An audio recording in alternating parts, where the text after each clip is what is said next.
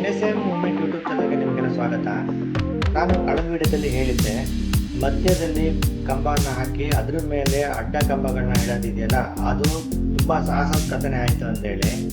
ಯಾಕೆ ಅಂತಂದರೆ, ಮೇಲ್ಗಡೆ ಎತ್ತಿರೋಂತಹ ಪಿಲ್ಲರ್ ಇದೆಯಲ್ಲ, ಕಬ್ಬಣ ಇದೆಯಲ್ಲ, ಅದು ಬಂದುಬಿಟ್ಟು 25 kg ವೆಯ್ಟ್ ಇದೆ ಒಂದೊಂದು. 2 ಕಬ್ಬಣನ ಜಾಯಿನ್ ಮಾಡಿದ್ದೀನಿ, ಅದರ 50 kg ವೆಯ್ಟ್ ಮೇಲೆ ಇತ್ತು. ಅದನ್ನು ಈ ಥರ ಅಡ್ಡ ಕಂಬಗಳನ್ನ ಹಿಡ್ಕೊಂಡು ಸಪೋರ್ಟಿಗೆ, ಯಾಕೆಂದರೆ ಕೆಳಗಡೆ ತುಂಬ ಹೈಟ್ ಇದೆ, ಪಿಲ್ಲರ್ 12 ಅಡಿ ಹೈಟ್ ಇರೋದು.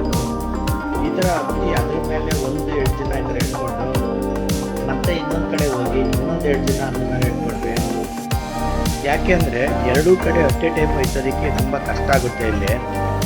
ಅದು ಅಲ್ಲದೆ ಈ ಪಿಲ್ಲರ್ ನೀವು ಏನು ನೋಡ್ತಾ ಇದ್ದೀರ ನಿಂತ್ಕೊಂಡಿರೋ ಪಿಲ್ಲರು ಸೆಂಟ್ರಲ್ಲಿ, ಆ ಪಿಲ್ಲರ್ಗಳಿಗೆ ನಾನು ಕೆಳಗಡೆ ಯಾವುದೇ ರೀತಿ ಸಿಮೆಂಟ್ ಪ್ಯಾಕ್ ಅದನ್ನ ಹಾಕಿಲ್ಲ, ಬರೀ ಕಲ್ಲುಗಳನ್ನ ಮಾತ್ರ ಇಟ್ಟಿದ್ದೀನಿ ಸಪೋರ್ಟಿಂಗಿಗೆ.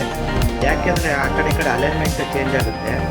ಜೊತೆಗೆ ಈ ಗುಂಡಿಗಳು ಏನು ತಂದಿದ್ದೀವಿ ಅದು ಪರ್ಫೆಕ್ಟಾಗಿ 2 ಅಡಿಗೆ ಫಿನಿಶಿಂಗ್ ಆಗಿಲ್ಲ. ಅಲ್ಲಿ ಕೆಳಗಡೆ ತುಂಬ ಕಲ್ಲುಗಳು ಸಿಗ್ತಾ ಇತ್ತು. ಹಂಗಾಗಿ ಕೆಲವು 2.5 ಅಡಿಗೆ ಹೋಗಿದೆ, ಕೆಲವು 3 ಅಡಿಗೆ ಹೋಗಿದೆ, ಕೆಲವು 1.25 ಅಡಿಗೆ ಬಂದಿದೆ. ಹಾಗಾಗಿ ನನ್ನ ಅಡ್ಜಸ್ಟ್ಮೆಂಟ್ ಮಾಡೋದು ತುಂಬ ಕಷ್ಟ ಆಯಿತು. ಈ ಸೆಂಟ್ರಲ್ಲಿ ಈ ಕೆಲಸ ಮಾಡೋದಿದ್ದರೆ ಅದು ತುಂಬ ರಿಸ್ಕ್ ಆಗೋಯ್ತು ನನಗಂತೂ. ಸಾಧಾರಣ ಒಂದು ದಿನ ಬರೀ ಸೆಂಟ್ರ್ ನಾನು ಕೂರ್ಸೋದಕ್ಕೆ ಟೈಮ್ ಹೋಗಿದ್ದೆ, ಈ ಥರ ಕೂರ್ಸೋದಕ್ಕೆ. ನೋಡಿ, ಆ ಎಡ್ಜಲ್ಲಿ ಹೋಗಿ ನಾನು ಅದನ್ನು ಎತ್ಕೊಂಡು ಮೇಲೆ ಇಟ್ಟೆ. ಆವಾಗ ಸೆಂಟ್ರಲ್ಲಿ ಕಂಬ ಇದೆಯಲ್ಲ, ಅದು ಸ್ವಲ್ಪ ಡೌನ್ ಆಯಿತು. ಆಮೇಲೆ ಏನು ಮಾಡಿದೆ, ಸೆಂಟ್ರಲ್ಲಿ ಕಂಬನ ಸ್ವಲ್ಪ ಮೇಲ್ಗಡೆ ಎತ್ಕೊಂಡೆ ಹಾಗೇನೆ. ಯಾಕೆಂದರೆ ನಾನು ಸಿಮೆಂಟ್ ಹಾಕಿದ್ರೆ ನನಗೆ ಎತ್ತಕ್ಕಾಗ್ತಿರಲಿಲ್ಲ. ಸಿಮೆಂಟ್ ಹಾಕ್ತಿರೋದ್ರಿಂದ ಸ್ವಲ್ಪ ಮೇಲ್ಗಡೆ ಎತ್ಕೊಂಡು ಕೆಳಗಡೆ ಮಣ್ಣನ್ನು ಕಟ್ಕೊಂಡೆ. ಸ್ವಲ್ಪ ಜಲ್ಲಿ ಮತ್ತು ಮಣ್ಣನ್ನು ಕೆಳಗಡೆ ಹಾಕ್ಕೊಂಡೆ. ಅವಾಗ ಅದು ಪರ್ಫೆಕ್ಟ್ ಲೆವೆಲಿಗೆ ಬಂತು. ಇಲ್ಲಿ ನಾನು ಸೆಂಟ್ರಿಗೆ 3 ಕಂಬಗಳನ್ನ ಹಾಕಿದ್ದೀನಿ.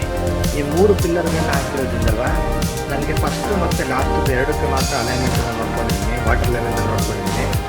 ಸೆಂಟ್ರನ್ನ ಹಾಗೆ ಅಡ್ಜಸ್ಟ್ಮೆಂಟ್ ಮಾಡಿದ್ದೀನಿ, ಅದು ಪರ್ಫೆಕ್ಟಾಗಿ ಬಂತು, ಅದೇನು ವ್ಯತ್ಯಾಸ ಇಲ್ಲ. ಮತ್ತು ಒಂದು ಸೆಂಟ್ರ್ ಕಂಬದಿಂದ 2 ಕಡೆಗೆ ಲೆಫ್ಟ್ ಮತ್ತು ರೈಟ್ ಕಂಬಗಳಿಗೂ ಮೆಜರ್ಮೆಂಟನ್ನು ನೋಡ್ಕೊಂಡಿದ್ದೀನಿ.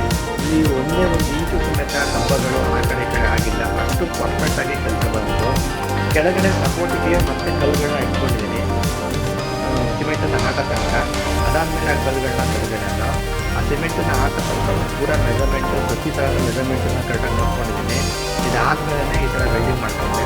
ಫಸ್ಟು ಒಂದು ಕಡೆ ಎಡ್ಜನ್ನ ವೆಲ್ಡಿಂಗ್ ಮಾಡ್ಕೊಂಡಿದ್ದೀನಿ. ಆ ಒಂದು ಕಂಬಕ್ಕೆ ವೆಲ್ಡಿಂಗ್ ಮಾಡಿದ ಮೇಲೆ, ಈ ಕಂಬ ವೆಲ್ಡಿಂಗ್ ಆದಮೇಲೆ ಸ್ವಲ್ಪ ಸಿಕ್ಕಿದೆ ನಮಗೆ.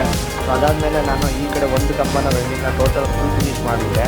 ಸೊ ಫಿನಿಶ್ ಮಾಡಿ 2 ಕಲ್ಲು ಸಪೋರ್ಟ್ ಇತ್ತು, ಅದು ಹಾಗೆ ಇತ್ತು, ತೆಗಿಲಿಲ್ಲ ನಾನು. ಮತ್ತೆ ಬಂದು ಇನ್ನೊಂದು ಕಡೆ ಕಂಬನ ವೆಲ್ಡಿಂಗ್ ಮಾಡಿದೆ. ಆ 2 ಕಡೆ ವೆಲ್ಡಿಂಗು ಪರ್ಫೆಕ್ಟ್ ಆಯಿತು. ವೆಲ್ಡಿಂಗು ಪರ್ಫೆಕ್ಟ್ ಆದಮೇಲೆ ನಾನು ಮಧ್ಯದ ಕಂಬಕ್ಕೆ ಕೈ ಹಾಕಿದ್ದು. ಮಧ್ಯದ ಕಂಬ ಬಂದುಬಿಟ್ಟು ಸೆಂಟ್ರಲ್ಲಿ ಸ್ವಲ್ಪ ಅದನ್ನು ಎತ್ಕೋಬೇಕಾಗಿತ್ತು, ಅದನ್ನ ಎತ್ಕೊಂಡು ಅದನ್ನು ವೆಲ್ಡಿಂಗ್ ಮಾಡಿಕೊಂಡೆ. ಇದಾದಮೇಲೆ ಸಿಮೆಂಟ್ ಮಿಕ್ಸರ್ನ ರೆಡಿ ಮಾಡಿಕೊಂಡು ತಂದು ಗುಂಡಿಗೆ ಅದನ್ನು ಫಿಲಪ್ ಮಾಡ್ಕೊಂಡ್ವಿ. ಈ ಲೆವೆಲಿಗೆ ಬಂದ ಮೇಲೆ ನಾವು ಕ್ಯೂರಿಂಗ್ ಆಗೋದಕ್ಕೆ ಮಿನಿಮಮ್ 2-3 ಡೇಸ್ ಕೊಡಬೇಕಾಗುತ್ತೆ.